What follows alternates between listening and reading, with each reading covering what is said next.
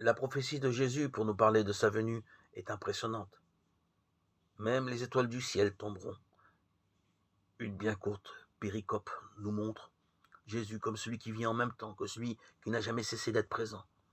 Il nous fait découvrir avec un ton de catastrophe qu'il est le seul permanent dans un univers où passe la mort.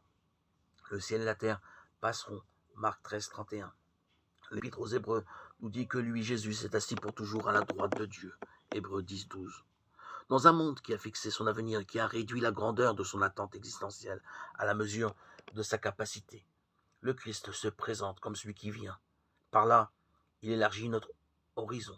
Il nous rappelle que notre vie n'est plus à nous-mêmes, mais à lui qui est ressuscité. Le monde lui-même, dans sa finitude, disparaîtra.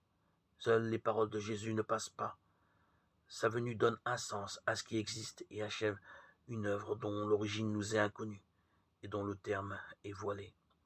Quant au jour et à l'heure, nul ne les connaît, seulement le Père. Marc 13, 32. Jésus se fait là, intimement proche de nous. Il nous donne une parabole pour que nous soyons attentifs au moment où il se manifestera. De même que le figuier donne des signes éloquents de la proximité de l'été, de même lorsque nous constaterons les signes que Jésus donne, nous saurons que le Fils de l'homme est proche, à notre porte. Marc 13, 29. Sans chercher de grands signes rares, chacun dans sa vie fait l'expérience de l'épreuve qui fait s'assombrir le jour et s'écrouler la vie en nous. Cette rencontre de la détresse profonde et troublante, c'est la mort qui fait passer le ciel et la terre. Jésus n'a pas cessé de nous expliquer que les choses de notre vie ne dureraient pas toujours. Il nous redit que le passage par la mort avec lui est le chemin du royaume.